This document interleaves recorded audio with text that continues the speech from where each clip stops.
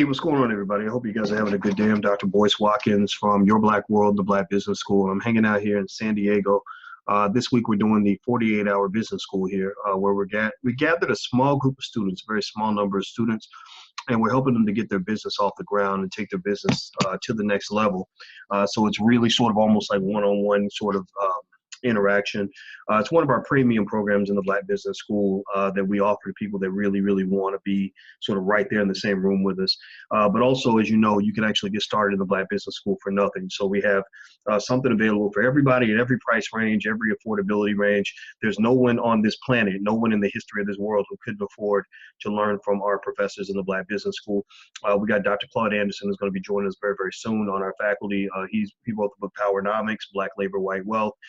So when Dr. Anderson gets in, we will be even more world-class than we already were. We've had people like Tariq Nasheed come in and talk about how he was able to make millions of dollars with the Hidden Colors series. We've had we had Dr. Anderson in as a guest. We've had Daryl Bell, who was from a different world, whose father opened the first Wall Street firm. We have Dr. Venetia Dutra, one of the few Black women on the planet to have a PhD in finance. We've had Warren Ballantyne, an attorney, talk about everything from getting your credit right to starting your business. We have attorney Tanya Nebo, who's now teaching our students how to buy franchises. Franchises are great businesses to get started with because they are because it's a proven business model that's already got started. In fact, while Tanya's here, she's teaching our students in the 48-hour business school.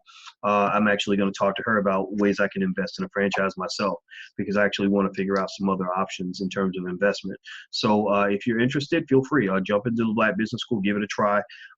You guys may have heard things about it, but some of you haven't tried it yet. If you haven't tried it, just try it.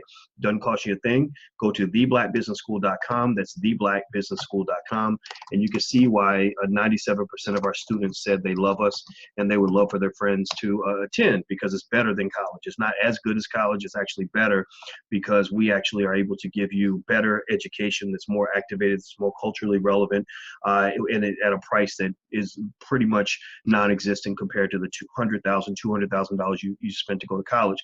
Now, do me a favor real quick, everybody who's in here, mention the city that you're from. I like to see what cities are being represented, stuff like that. Also, if you haven't hit the follow button on the Facebook page, hit the follow button at facebook.com/Dr. Boyce Watkins. That's facebook.com/Dr. Boyce Watkins. And also to get more people in here, so we can help more people. We go. A few members of our team went to see the movie Black Panther, but we're trying to create real Black Panthers, real people that are able to be economic warriors, who are able to build strong nations, strong communities, and accomplish great things. So we want everybody to know that they have the option to be a part of this revolution if they choose to be. And if they don't want to be, that's okay too. But we want to make sure everybody gets exposed to the power of doctoral level understanding of finance and economics, which will put our community ahead of the curve. So the way to push out the Facebook algorithm is when you guys are hitting the heart button, hitting the heart, over and over again, or the likes or the thumbs up. Feel free to do that, because that actually pushes the Facebook algorithm to let Facebook know that this is a great podcast, that this is a great place for people to learn, and they bring more people in the more activity they see in the podcast. So when you come in, if you're listening, don't just sit there with your back against the wall. Get up and dance, make comments, hit the like button, the share button, the thumbs up button, the heart button, all of that, so we can let everybody know that the revolution is being televised and it's happening right here. Now, I saw this thing, I saw this article that was put up on my friend Ivory Tolson's page. Ivory Tolson is a brilliant Black man who happens to be a scholar. I think he was, if I'm not mistaken, he was the head of President Obama's initiative on HBCUs. And Ivory is a good guy. I've met him many, many times, and I love this brother a lot. He shares very thoughtful comment and commentary. He's exactly the kind of Black person that we need to listen to, because he knows a lot of interesting things, and his perspective differs from mine, but that's fine. That doesn't bother me, because actually you learn more from listening to people who don't agree with you than you learn from listening to people who are just like you. And so Ivory shared this article that was written. It looks like it was written by Ron Thomas, or it says update by Ron Thomas on here. So I don't know if Ron Thomas was the original author or if Ivory was the original author. I'm not sure. But Ivory wrote an interesting article that I think is worth discussing. And actually, I'm going to share it to my page. I don't know if it's this thing. I don't know if Ivory wrote it or if Ron Thomas wrote it, or Ryan Thomas. It looks like Ryan Thomas updated it, but Ivory wrote it. So I'm going to share it actually on my Facebook page if you want to look at it. Basically, he says it's called Top 5 People Who Hate the Black Panther Movie. And this is a really interesting layout and commentary, and I think it's worth talking about because I want to sort of add some perspective to it, because I think that he's right in from his perspective, but I think also at the same time there might be other points of view that can be added in here. So basically, he says his first category of people who hate the Black Panther movie. Now, if you saw the movie, tell me what you thought about it. I know my team went to see it; they loved it, and I know I want to go see it, but I don't go see movies when they first come out. Usually I'll wait about a week to go see it because I don't want to fight through the crowd. I'm not going to wait in line for an hour to give you my money. Like, if you want my money, you got to wait in line to get my money. I ain't gonna wait in line to give you my money. That ain't I ain't trying to be on that side of the pimp game, right? So anyway, but the movie was exciting. A lot of people were enthusiastic about it for good reason, because it's a beautiful film, great actors. From what I hear, it's a great story. I can't wait to see it. I love the fact that they have young Black directors and producers and everything. Ryan Coogler, brilliant guy. Michael B. Jordan, amazing actor. And then they have the old school types. I think Forrest Whitaker's in there. I thought I saw Angela Bassett. You know, all these great people that we respect, that we love as great actors that they are. And so anyway, he has a list. He has top 5 people who hate the Black Panther movie. And so in Ivory, if you happen to be watching, if you pop into this podcast, I'd love to have you come in and you can kind of give your point of view as well, so you can speak for yourself, brother. I'm gonna read some of these words that came from Ivory, and everything I say, I want you guys to know that everything I say, even if I disagree, everything I say is in all due respect all the time, because I really do like Ivory a lot, and he's enough of a scholar that he knows that people can disagree without being disagreeable or disliking each other. So anyway, so the first group he has what he calls Black contrarians, which are Black people who hate everything that most Black people love. It makes them feel smarter and more special than the average Black simpleton. So what do y'all think about that? It says Black people who hate, Black contrarians. These are the people who hate the Black Panther movie. Black contrarians, Black people who hate everything that most Black people love. It makes them feel smarter and more special than the average Black simpleton. Now, that's an interesting point of view, and I can see where that would come from, right? Because you do have people that just think they're better than other people, right?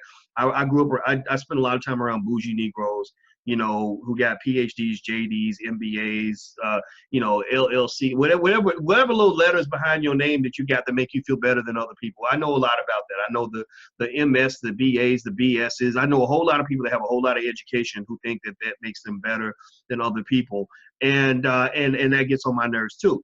Now, what is interesting, though, another point of view I think on that particular comment is that, you know, when you talk about entertainment that's fed to Black people, are you really able to say that anybody who has an issue with entertainment that's fed to Black people, that they somehow are just being bougie or arrogant, or they think they're better than other people? Because remember, y'all got fed that Superfly shit, that blaxploitation shit back in the day. Y'all got we all fell in love with shows like Good Times, which wasn't nothing but a poverty rap trap. I mean, where they killed off the daddy because he didn't want a coon for them. Well, they loved JJ because JJ was the funny teenager, but they wanted the daddy gone because the daddy actually, you know, negotiated with them, you know, in his contract, and they were like, well, we don't need the father to be in the show. When they found out that actually they did need the father to be in the show. And really, when you think about it, we all love Good Times, but you got to ask yourself, was Good Times really healthy television for Black people? Or was that a constant reminder that if you start off in the ghetto, you're going to stay in the ghetto and you can't never get out of the ghetto? And every time you think things are going to go better for you, they're going to go worse for you because you're Black and you're a nigga and you're always going to have bad luck. I don't personally think that Good Times was good for me, but I loved it. I thought it was excellent. You know, I remember growing up watching The Jeffersons, and I loved The Jeffersons, and I loved George Jefferson, and the way he used to walk reminded me of my daddy, a little short guy with an attitude, little Black Napoleon types, you know, kind of like T.I.'s in that category too. He's a short guy, but he's very tough, you know, like my father's just like T.I., like he's an older version of what T.I. is now, right? And you know, and it was cool. Like, I loved that, right? But then I saw him kind of kissing the ass of Mr. Whittendale, trying to fit in with white folks and constantly being reminded that he's always going to be Black.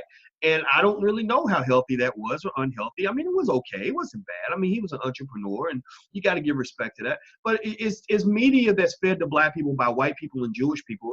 This is what, I mean, Black Panther let's just make sure we're just completely clear. You know, the Black Panther film was allowed to be sort of a vision that was executed to some extent by Black people in order to sell it to Black people, to sell this image to Black people, which is fine. Selling things, there's nothing wrong with selling. Everybody sells in order to run a business. You have to sell something or your business will die. So they were selling the images to Black people. So they said, in order to get Black people to want to go see this film, we need to get Black people who can relate to these Black people and create imagery that Black people are going to be emotionally enthusiastic about. When people are emotionally excited about a product, then they start making it rain. They'll pay any kind of money in order to get access to that thing because it makes them feel good. So ultimately, when you talk about this media, I think it's very important to just always understand like who created this, who's controlling this. And the reason that's important is because there may come a time where the vision of the director may differ from the vision of the studio. And if the director's vision differs from the studio's vision, then the studio is going to win because the studio is financing the film. So one good example I brought to you guys before is A Different World. A lot of y'all love A Different World as much as you love the Black Panther, but make no mistake about it, A Different World does not belong to Black people. I know cast members from that show, and they would love to bring back the show. They would love to do a reunion of that show. They can't because Warner Brothers will not allow them to. They're like, yeah, we know Black people love it. We know Black people have attached it to as a part of their identity, but Black folks don't own this. So we're going to we might bring back Seinfeld.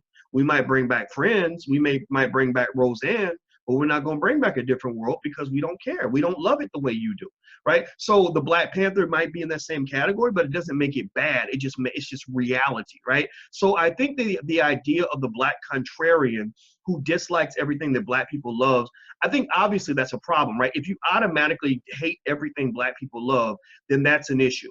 But if you're the person who doesn't get as emotionally attached or as carried away as everybody else, then you're probably more of an asset to the community than a liability. And I say that because there will be times when I was growing up and I remember I would come home and say something to my dad. I'd be like, oh, I'm so excited. I'm gonna work with this guy and where he's gonna help me do this and help me do that and blah, blah, blah, blah. And my parents would be like, it sounds like it could be promising, but I'm not sure. I'm not sure. Let me calm down. Let me look at the paperwork. Let me see, because sometimes they scam people, right? So you need that person around that's going to kind of say, okay, everybody, I know everybody's excited. I know y'all doing African tribal dances in the hallways of Lowe's theaters now, and wearing your King Jaffa uniform because you're so pumped up about this movie, and that's cool, and putting the little beads on your face and everything, and that's great. Good for you. Congratulations. That's fun.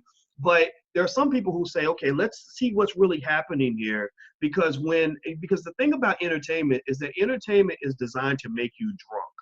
It's designed to make you irrational. It's designed to make you so caught up in the fantasy that you're not paying attention to what you're giving away while you're under their spell. So the reason I say that it's designed to make you drunk is because it's designed to make you drunk so people can get something from you, the same way a man might try to get a woman drunk because he knows that when she's drunk, whether it's drunk with love or drunk with liquor or high on drugs, she's more likely to give away something that's very valuable to her, something she may not give away if she's in her rational state of mind. That's why with consumerism and with selling products, a lot of times they'll get people drunk. They get them sort of pumped up on some sort of emotion because most people spend money when they're emotional. So this movie, the film, was pretty much designed to get you emotional, excited about the beautiful Black images and all of that stuff. And so it doesn't mean it's bad. It's fine. But remember what they say about getting drunk. It's okay to go out and have fun at the party. It's okay to drink, to as much as you want. Nobody can judge that. But it's dangerous to get drunk in a place where you might be vulnerable or where bad things can happen to you. You need somebody in the room to be the designated driver. You need somebody in the room to say, you know what, I had one drink, I'm good, I don't need no more. So everybody else gets drunk, they're kind of watching the room. So really that's kind of, in my opinion, I think that's kind of what our scholars do and our intelligent people do, or our more thoughtful, rational people do in the community, is they sit back when everybody's pumped up about some politician, everybody's praising him like he's Lord Jesus Christ himself. There's somebody in the back of the room who's like, let me look at this a little bit more closely. I got to think this through. And everybody isn't cut out for that role. Everybody can't take that role because everybody isn't capable of taking that role. Some people are looking for the drug. And some people are saying, I might go for this, but I kind of need to process this a little bit. And so we might call them a contrarian, but I personally think that it's okay because really a person with a high IQ, which honestly, a lot of you guys are in that category because you're just listening, because you're here right now. Right. I mean, honestly, I don't spit out a message that is designed for people that can't process complex thoughts. So because I speak to you, I don't speak down to you and talk ignorant for you. I'm human for you. But at the same time, I'm never going to stop being a PhD, which means that sometimes if it's necessary to share a complex thought, then I will share the complex thought without worrying about whether or not some people can't keep up. So ultimately, what I'm trying to say is that what we might think of as a contrarian is really just somebody who's a little more cautious and a little more rational, and they're not going to get caught up with the emotion. The next group that he mentions is, as far as 5 groups that the article by Ivory Tolson, I think it's by Ivory Tolson. It says top 5 people who hate the Black Panther movie. 2, Black people who are belligerently Afrocentric. He says, much respect for Afrocentrism and critical thought, but there are some who use it primarily to criticize Black people rather than to dismantle white supremacy. They'll say the Black Panther movie is misrepresenting Africa, or Black folks only wear dashikis to watch a movie. Well, I would say that's not an invalid point, right? I think that you can show respect to Afrocentrism, which I do. I mean, we just gave $5,000 to an Afrocentric school in Chicago, the Freedom Home Academy International. We're going to give another $5,000 in a couple more months, and actually I want to give bigger gifts. I want to be able to raise 50,000, 100,000 at a time for these schools, because I believe that that's the secret to us developing our own school system. See, I'm not really so much in the business of enjoying a movie about Black Panthers. I only want to enjoy the movie about Black Panthers to the extent that we can actually create Black Panthers. So if that movie inspires people to want to get to the cutting edge of technology, then that's a wonderful thing. If that movie inspires people to want to get to the cutting edge of really revolutionary courage, then that's a good thing. If that inspires people to want to get to the cutting edge of educational excellence, then that's a good thing. If that inspires people to make people really want to look at what Black excellence looks like, so you can pull the S out on your chest, then that is a great thing. I would love to see that, right? But at the same time, there's a part of me that says, yeah, but it's just a movie,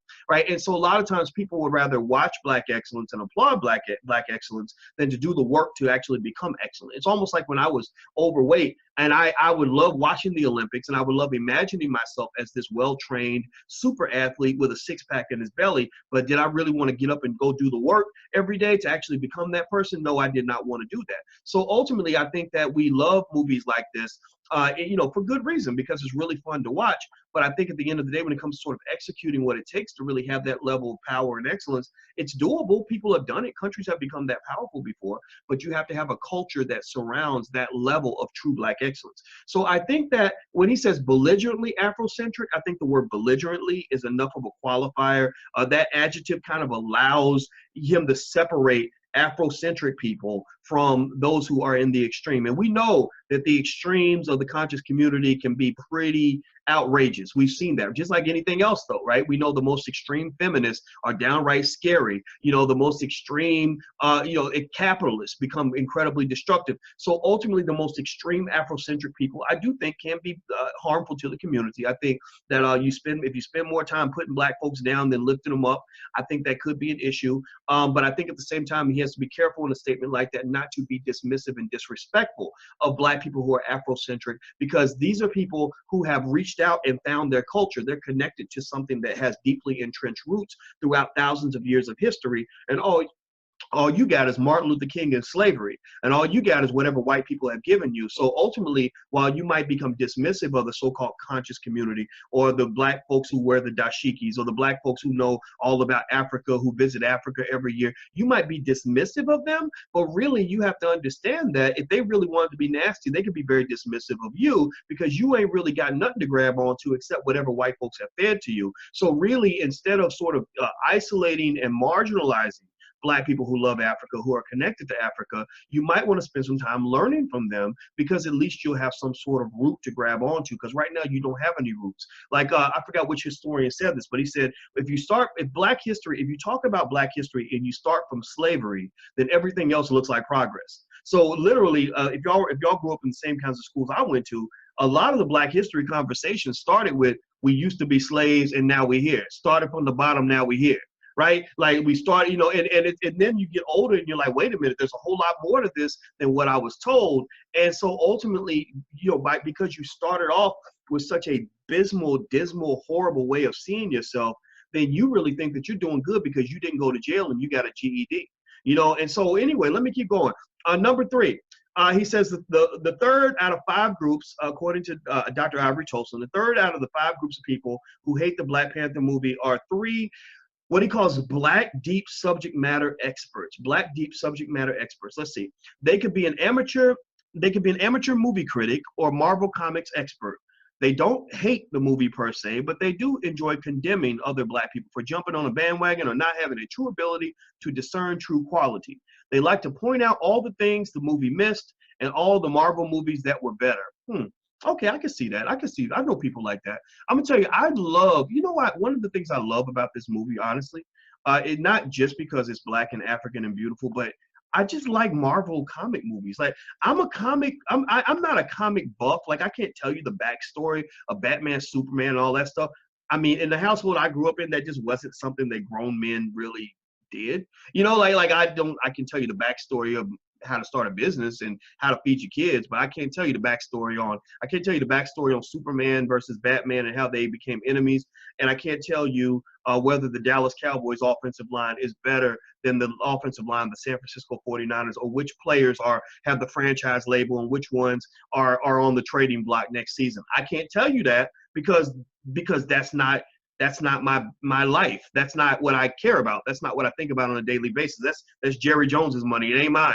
But I can tell you, I can watch a good football game. I can enjoy a good football game, absolutely. But I'm not gonna really be into it like as if that's my own life because I got more important things to do. However, I will say that Marvel, I do know enough about the comic book movies that I am a person who first of all, I love all the Marvel movies. I do. And I'm pissed off at Warner Brothers because every time they make a superhero movie, they fuck it up. They made Superman. Hell, who can fuck up Superman versus Batman? My God. They took Superman versus Batman, one of the most epic comic movies you could ever make, and they made it boring. How can you put me to sleep in Superman versus Batman? And that takes special magical superhero skill to put me to sleep while I'm watching Superman versus Batman because I grew up on both. Right. So I am into it to that point, to the point where I knew when Marvel was making this, I said, whatever Marvel puts on screen, I'm going to watch it because it's going to be good. Except for those other like side superheroes like Jessica Jones. I don't even know what Jessica Jones' superpower is. Y'all, any of y'all watch that stuff? Like Jessica Jones, boring. The Daredevil, boring. Even that one with the brother, I forgot, you know what I'm talking about. Luke Cage. I think was it Luke Cage? Or was that like somebody from Mortal Kombat? I can't remember. Anyway, like boring. Like I'm serious. Like I like action. I like watching stuff blow up. I like watching people fly across the screen. Like, you know, so Marvel for the most part, they do a really good job of making superhero movies, except for that other stuff. I can't get into that. Maybe that's my ADHD popping off. Maybe I need to see something blow up to be interested. So I was really looking forward to seeing a really good superhero movie, and I love the idea of the superhero being Black. I think that's really cool. I think it's admirable of them to do this. I think that's great. I think that we can all benefit from seeing it. I mean, we spend money on so many other things. Sure, go see the movie too. I would add in though, as I've said consistently, that, you know, I think that we want to sort of take time to understand business models and sort of look at this and just sort of realize that while it's okay to go and spend your last dollars going to see a movie because you really want to see it, you got to make sure that at some point you get a piece of that pie. And so for Black folks, we have to really sort of at least be able to critically analyze who actually owns what, who's really benefiting the most, what, you know, who has control in all of this, and how media impacts the way we see ourselves. A lot of people don't even know what Black culture is. You think Black culture is what you see on TV. So ultimately, these people who made this Marvel movie of the Black Panther, they know for a fact, they're like, oh my God, I'm Jewish and I'm controlling Black culture. I'm a Jew and I've just financed this film that is going to impact the way Black people see themselves all around the globe. That's a lot of power. Imagine if I could go and make a movie and know that Jewish babies are going to watch this movie, and from my movie that I make, that I finance, where I write the script and approve everything that goes on screen, that's going to shape how Jewish children are going to see themselves and how they define what it even means to be a Jew. Oh my God. Do you think the Jewish community would ever want to give me that kind of power? Do you think that they would? Did you think that they would sit back and be okay with that? I want you to ask yourself that question. Ask yourself that question while I go answer my door real quick. Answer that question. Make sure you subscribe and share and give me comments. Give me comments. I'll be right back. I'll be right back. Don't go anywhere.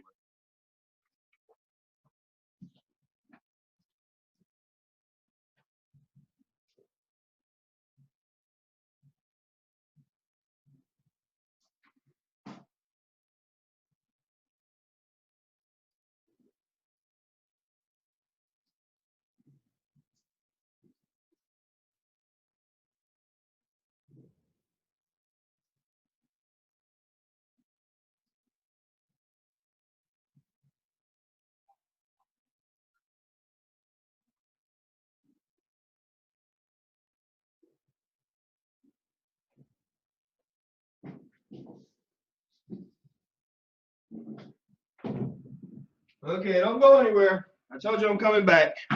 All right, that's promised. Here I am. I'm back. All right. Thanks for your patience. I had to check the door, and then I realized I had to use the bathroom real quick. So that's TMI for some of y'all, but I just got to keep it real. I had to pee like everybody else. All right. So anyway, I think that you want to process that. Now, again, let me reiterate that, right? Like, think about this. If you make this movie and you're whatever group of white people decided that this movie would be greenlit, whatever group of white people, and maybe they got a couple of black people in there too, that approves the scripts, that approve the financing, that Ryan Coogler cannot get anything on that screen without them saying it's okay to do that, right? Because it has to be consistent with the Marvel brand and all that stuff. They get to shape black culture. They know that this has become required viewing for every black person in America. It's going to become the thing. It's going to become the new coming to America, right? And they get to shape black culture with this. That's a huge amount of power that's handed to another group of people. That's more power. They would never hand you that power.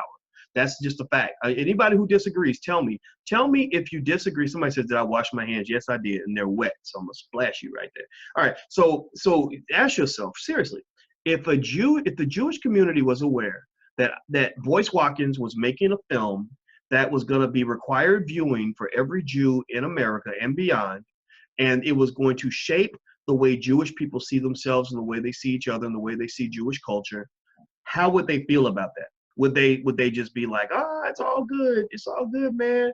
That movie was great. We're doing Jewish dances in the hallway now because Dr. Boyce he's the new leader of the Jewish community. How would they feel? Like, would they be okay with that, or would they say, we got to be a little concerned about this? We like this guy, but that's a lot of power that we're handing to him, right? So I think that when you talk about this, and you talk about these different categories in this article, this great article. I mean, Ivory wrote a great article. He's actually kind of right. Like, black contrarians who there are people that hate everything that black people love because they do want to feel like they're better. But then I also know some really good black people who aren't necessarily trying to be contrarian, but I know a PhD, for example, who says, I don't like to watch most black movies because most black movies, they lack depth. They lack a diversity of thought. They seem to all fit in the same category. They think all black people, all we want is comedy or style or sex or whatever it is. We don't have the same range of film options in terms of the kinds of movies that we get to enjoy that white people have. So she said, I really don't, most of the time if I see a black movie, I'm automatically concerned about what it is they're going to put on screen for me to watch, because I can't dumb myself down to whatever garbage they're putting in front of me, where if they think everything's got to be, I don't know, like either Love Jones or Kevin Hart or just something that's like that's very stereotypical, or two brothers, who find $1 million in the back of the post office van when and it's got a bunch of dope in the bag, and so they become dope deal, like just whatever stupid kinds of juvenile sort of content that's sort of being fed to black people, or really dramatic stuff that feeds into mammy images and just outrageous loud black women and stuff like that. Like, I think there are black people who are just like, I don't want to watch that. Like, I'm sick of that shit. Like, that's not interesting to me. That doesn't reflect who I am. So I think that's okay. I think we might call them black contrarians, or just Negroes that just want to be mad about everything. But I think some people are kind of tired of what Hollywood feeds us, and I think that's okay. I don't think we should have to make fun of those people. So anyway, let me keep going. So it actually kind of leads to the fourth category, which the categories are kind of similar. He says black pessimists. He says, Black pessimists have a dreadfully cynical view of the state, condition, and future of Black people. They believe images of Black superheroes in a technologically advanced nation will further Black apathy. It's just the opioid we need to deny the real issues and live in a Wakanda stupor forever. Okay, I can see that. I think Black pessimists, I think that while some of them might be realists or think that they're being realists, sometimes you can't sort of get to the point where you think that everything that's Black must automatically turn out bad, or that Black people are always going to lose, or that Black people are always the most powerless group in the room. I think that that's a bad way of looking at things. You know, we're not the poorest. See, that, for example, I call them Negro naysayers. You know, Negro naysayers are people that will go around and tell you all day long that Black people are poor, Black people don't have a chance, we can't possibly do nothing, we need government help, we need white people help, we need somebody to come save us. And I don't really know what's empowering about that message. I mean, you might as well just not say anything and just let us all die, because apparently there's nothing that we can do except sit around and become more miserable about the fact that we suddenly realize that we're not capable of doing anything on our own. And what contrasts this idea of Black people being poor, the reason I battle against that concept is not because I believe Black people have more money than white people. We know that that's not true. But the problem is, here's the problem, here's the contradiction.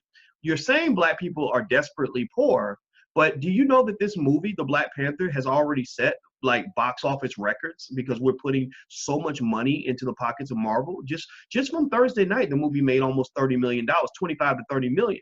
And by the time the weekend's done, it'll be up to 100, maybe 200 million. And then by the time it's done selling worldwide, this thing's gonna make over probably close to $1 billion, maybe half $1 billion, something like that. An insane amount of money. So we're gonna put 100. So think about this. Think about how stupid this is. So a poor community, a poor group of people, a group of people who have no economic power whatsoever are going to literally put more money into the pockets of Marvel than damn near any other movie that they've made for white folks in the history of their entire franchise. Black people single-handedly were the ones who elevated the whole superhero Marvel universe in the first place. A lot of y'all don't know. Marvel sucked at this shit back in the 80s. They've had these characters for decades. They just didn't know how to monetize the characters in the right way. They've had these stories for the longest time. They tried in the 80s. Tariq Nasheed broke this down for y'all when you're in the Black Business School when he came to lecture to us. Tariq was talking about Howard the Duck. Back in the 80s, Marvel made Howard the Duck. They spent a bunch of money on it. The movie sucked. They lost everything. And they were wondering how they were even going to survive financially. And then along came Blade. Y'all remember Blade, Wesley Snipes? Blade back in the early 90s, that's what got this whole superhero thing started. They said, oh, well, Blade's doing really well, so we should do more movies like this. The next thing you know, they're making all these other Captain America, Iron Man, Thor, the Avengers, now the Black Panther, and they're just going Ant-Man. What was it? Deadpool. Like they're not going to stop making superhero movies. And it all started with Wesley Snipes and Blade. In fact, Wesley was the first one to go to Marvel and say, I think you guys should do a remake of the Black Panther, and I want to be the Black Panther. Wesley Snipes was the first one to go to them with the idea of making this movie, and he wanted to himself be the Black Panther. So what I'm saying to you is that Black folks, these poor little pathetic people who have no economic power whatsoever, have single-handedly elevated one of the greatest, most profitable movie franchises in the history of this earth. So stop telling me Black people are poor, because when Black people are focused, when Black people decide they're going to spend their money on something, you can just take it to the bank. You build in a multi-billion-dollar empire. Anything that we decide is going to be required viewing on the part of Black people instantly becomes a multi-billion-dollar entity. Black hair, Black women's hair, women will die and kill before they go without having their hair done. And now that's a multi-billion-dollar entity. When it comes to Black men in sports, ESPN, one of my homeboys worked at ESPN. He said, hey, Doc, I just want to tell you this, that when they were having the meetings, they realized how many unemployed Black men there are sitting at home during the day doing nothing but watching sports. That's why they got these Black anchors in there doing whatever the latest hip hop dance is and doing things that are trendy to Black men, because these Black men are single-handedly elevating the economic status of ESPN and elevating their viewership that they can then go sell to advertisers. You can keep going down the list. I talked to somebody who was a key person in the creation of a major clothing brand that black people love. I'm not gonna say which one because I won't blow up his spot. He said, you know what we do? He said, we pay attention to what happens with 17-year-old black males in the hood. He said, we follow their every move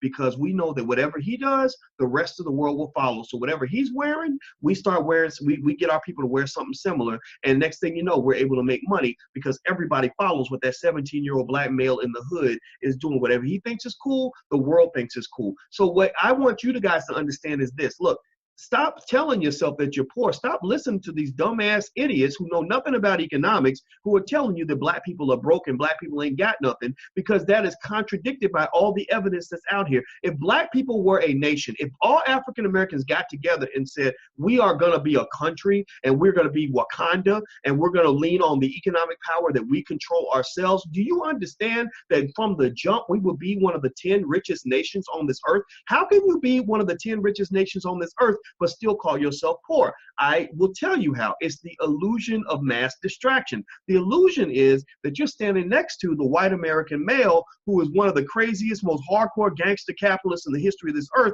and he has more money than damn near anybody, and that's why you think you're broke, because you don't have as much money as him. But the fact of the matter is that while he's oppressing you and while he's been enslaving you, as you've gotten sort of incremental freedoms in this country, incremental opportunities in this country, he sprinkled a little bit of dough on you. He ain't giving you nothing but his scraps. That's why you think you ain't got nothing. But what you don't understand is that his scraps are another man's treasure. That people in Russia would die to get the white man's scraps, because the amount of money that they can drop $1 trillion on you and not even think about it. So every day, all of y'all getting up and going to work and getting involved in your little business situations, or starting your little, invest in the stock market, doing your little real estate thing or whatever, you're getting a chance to have proximity to the greatest economic gold mine in the history of this earth.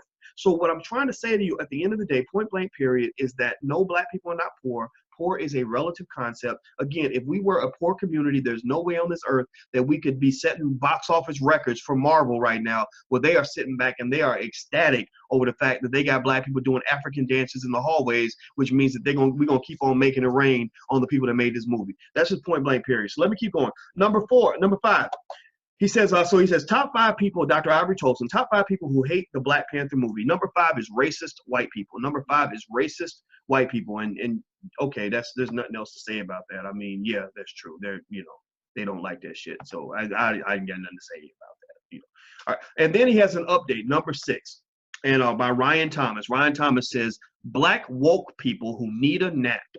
He says they condemn the movie simply because of its affiliation to Disney, Marvel, or anything that the white man built. This person thinks he's a practical resistor, not realizing the irony of using an Apple iPhone, and sends his status updates on Facebook, both of which are white ran and operated. God damn, it sounds like he's almost talking about me. It sounds like he's talking about me. Oh God, that hurt my feelings. Psych. Anyway, so let me break this comment down, because I think it's interesting, right? When you talk about wokeness, when you talk about what it means to be black and woke, one of the things that we don't understand is that if you're not economically woke, then it's almost impossible to be politically woke and socially woke, because your politics and your sociology are deeply connected to your economic situation. Most black people are enslaved because we don't understand economic systems and how to compete in a hardcore capitalist society where owners of capital run everything. Sure, we don't have as much capital to begin with everybody else, but if you understand capital, then you know how to accumulate capital, and as you accumulate capital, you learn how to compete. You have to be a little bit smarter than the competitor. Sure, being black means you got to be twice as good to get half as much, but the thing is, we're not even committed to trying to be twice as good. We're not even committed to being equally as good. Sometimes we're not even committed to being half as good at capital accumulation. So what will happen is that not only will fewer opportunities come by you, but when they come by, you're going to walk right past them because you up here focused on something stupid. So what I'm trying to say to you is that if you're woke and you're broke, then you'll pretty much become a joke. Because woke broke people, all they know how to do is complain. All they know how to do is hold another rally, another protest. All they know how to do is run around with picket signs and get on their knees and hold their hands up and say, hands up, don't shoot, Black Lives Matter, right? That's all they know how to do. And then what the ironic part of it is, the hilarious part of it is, is that while you spend the whole week protesting and you mad and you out marching the streets on Friday, Saturday, and Sunday, Monday you can't go to the rally anymore because you have to pack up your shit and go to work for the very same capitalists that you hate so much. So the very same people that you're protesting against, you have to turn around and beg them to give you enough money to feed your family. Now, give me a second. I'm gonna drink some water because I'm coughing a little bit. So, what kind of sucker does that make you? How are you gonna protest the person? How is a dog gonna protest the hand that's feeding him? You can't what you gonna bite the hand that's feeding you and then starve to death? Is that your plan? Is that your master plan? Well, so at the end of the day, you know, I don't even think we know what it means to be woke. Woke means being fully conscious and fully aware of all strengths, weaknesses, opportunities, and threats in your environment. Being woke means that you are keenly aware of where the opportunities are to accumulate the resources that you need. Being woke means that you have information and innovation necessary to industrialize those ideas such that you are then able to execute a vision that allows you to shape your own environment.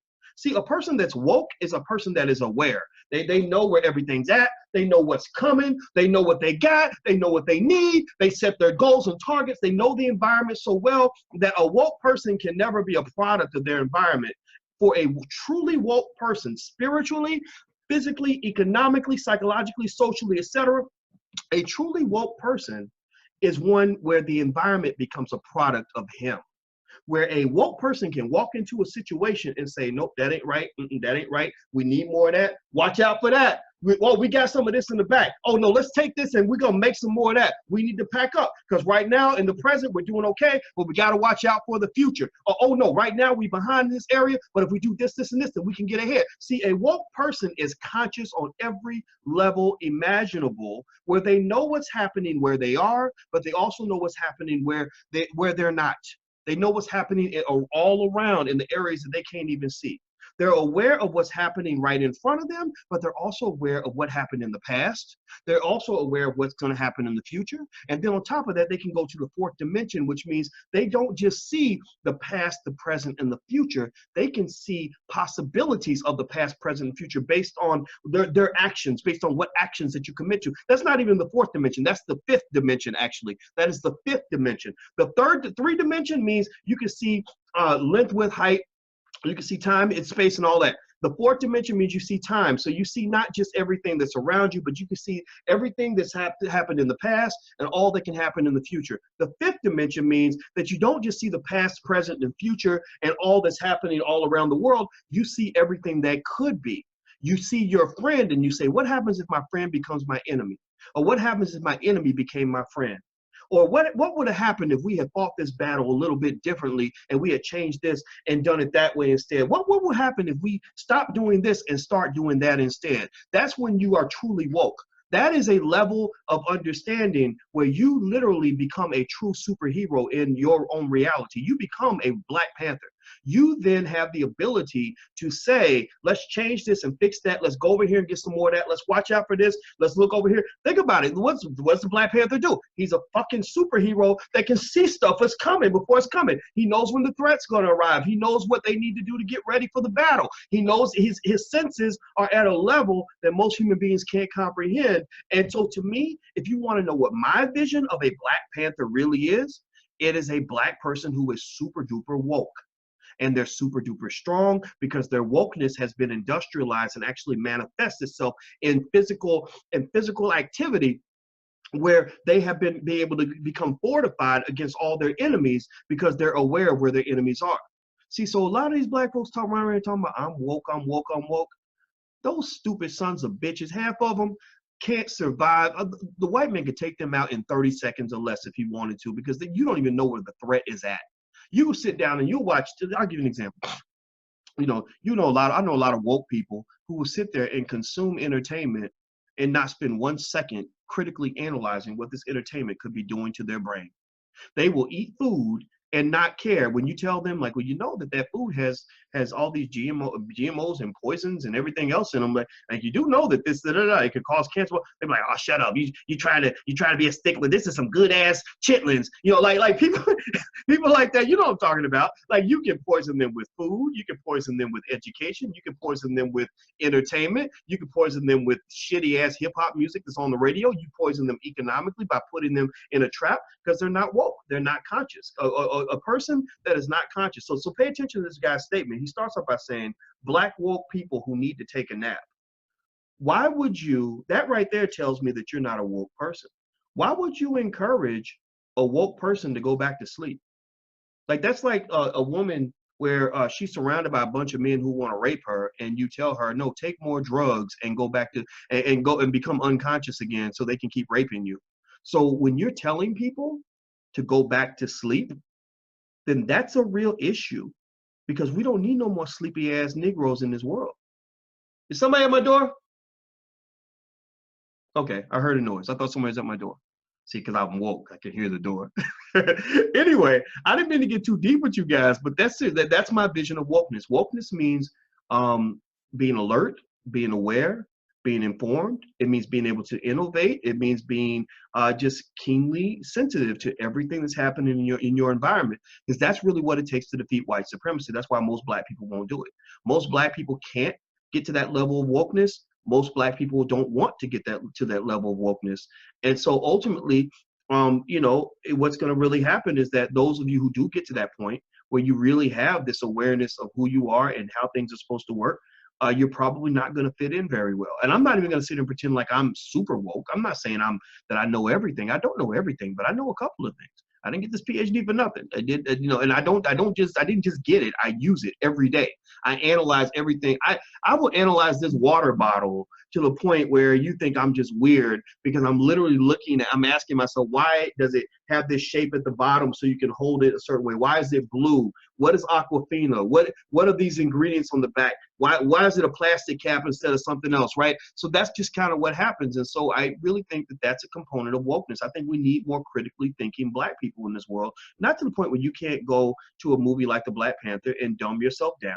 Like, I mean, I do it all the time. I'll watch something, I'll be like, okay, I'm gonna be stupid for a little while. I'm just gonna enjoy this entertainment because it ain't that deep. So I'll watch a show like Family Guy. They'll make a joke that could be considered racist or sexist or whatever, and I'll laugh. I'm like, oh, it's just a joke. Who cares? But I think there's a point though where you have to go into warrior mode, where you got to really be ready to fight. And if you're never trained on that level, then you're not going to understand what that means, and you're going to just make fun of people who are thinking that way. But those are the people that we're going to end up leaning on when the shit really hits the fan. In the next generation, the woke people are going to be the ones who have children that can create jobs for all the people who didn't want to be woke. They're going to be ones who are going to lead political action. They're going to be ones who are going to lead spiritual activity. They're the ones who are going to take the lead in the whole community, because, you know, unfortunately, bandwagon behavior never works for anybody. So anyway, that's it, guys. I'm about to go. I think we're here doing the 48-hour business school, where I'm meeting a bunch of students for the weekend in San Diego to help them get their businesses off the ground. If you want to know more about the 48-hour business school, feel free. You can go to 48, the number 48, 48hourbusinessschool.com. I'll type it in. 48hourbusinessschool.com. It's one of our special programs, so you have to apply to get in. We can't let everybody in because it's very a small group. But if you're interested and you really want to sort of do that extra step and getting your business moving, feel free to give it a try. Check it out. Everybody loves it. And also, what I want to do is give you, as you know, in the podcast every day, I give you guys homework. So your homework is use the hashtag intellectual chocolate. Go to your page and ask some question that relates to this topic. It might be, what do you think it means to be woke? You know, are Black people critical thinkers?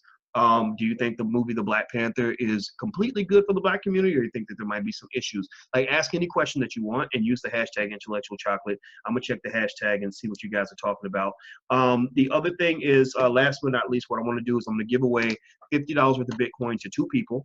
And don't forget, every day, my goal is to go live at 2 p.m. Eastern at facebook.com/Dr. Boyce Watkins. That's facebook.com/Dr. Boyce Watkins. Some of you, I know I started a little bit early today, so some of you who got here late, just once it's done, you can start from the beginning if you want to see the whole conversation.